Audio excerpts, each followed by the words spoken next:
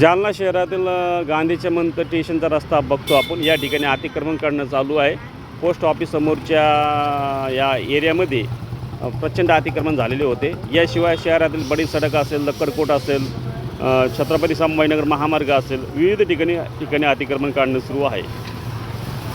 अतिक्रमण निघल्यामुळे आता जालनेकर मोकळा श्वास व्यक्त करतायत. खऱ्या अर्थाने याला फायदा आता जालनेकरांना होताना दिसणार आहे. याशिवाय शहरातले विविध रस्त्याची कामंसुद्धा आता सुरू झालेली आहे. बुलंद सेनेचे नेते, जालना लोकसभेचे नेते संतोष कुलकर्णी यांच्या मागणीनंतर त्यांच्या कामाला एक यश आलं म्हणायला काही हरकत नाही. कारण महानगरपालिकेची बैठक झाल्यानंतर आमदार अर्जुन खोतकर यांच्या समवेत त्यांनी आयुक्तांना कडक सूचना त्या दरम्यान दिल्या होत्या. आमच्यासोबत बुलंद सेनेचे संपर्क नेते अच्युतरावजी मोहिते पाटील आहेत. मोहिते साहेब, तुमच्या नेते संतोष कुलकर्णी यांच्या मागणीला यश आलेलं आहे. शहरात धडाकेबाज कारवाई सुरू आहे. अतिक्रमण काढणं चालू आहे, रस्त्याचं कामं चालू आहे. याबद्दल तुम्ही पक्षाचे संपर्क नेते म्हणून काय सांगणार?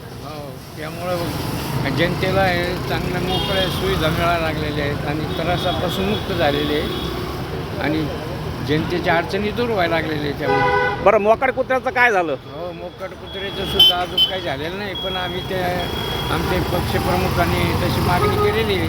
हां, कुत्र्याचं काही बंदोबस्त करावं, पण आतापर्यंत केलं नाही. बरं, आज संध्याकाळी तुमची 4 वाजता कलेक्टरसोबत आणि विभागीय उपविभाग अधिकारी बैठक होणार होती. ती कॅन्सल झाली काय? हो, मग पुढील बैठक केव्हा आहे? मग मंगळवारी करणार आहे आम्ही. अच्छा, मंगळवारच्या बैठकीत काय ॲक्शन दिसणार आहे का? हा, दिसणार आहे. बरं, काल तुमच्यासोबत एस टी महामंडळाचं काय प्रकरण झालं? हो ना, ते एस टी महामंडळ सकाळी आमच्या मोतीगावांची गाडी सकाळी 7ला असते. आम्ही दोघं गेलो, हां. मुलगा आणि मी. हां, तर गाडीच्या कंडक्टरने आणि ड्रायव्हरनं ती गाडी तिथं नोंद न करता समोरासमोर घेऊन गेले. हां, त्यामुळं आम्हाला दिवसभर पायी म्हणजे गावाकडे जायला त्रास झाला. अच्छा. मग या विषयावरती तुमच्या नेत्यांनी आणि तुम्ही काय ॲक्शन घेतली का? घेतली नाही. काय ॲक्शन घेतली?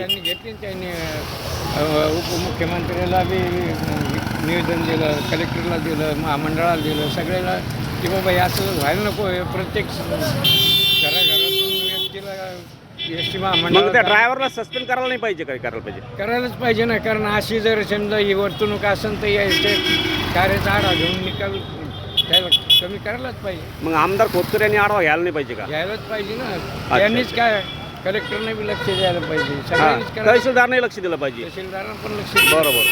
मला वाटतं आता आमदार अर्जुन खोतकर यांनी तहसीलदार एस.डी.एम मार्फत कलेक्टर समेत एस टी महामंडळाचा आढावा घ्यायला पाहिजे. अशा प्रकारची मागणी अच्युतरावजी मोहिते पाटील बुलंद सेनेचे संपर्क नेते यांनी केली आहे. धन्यवाद आमच्याशी बोलल्याबद्दल.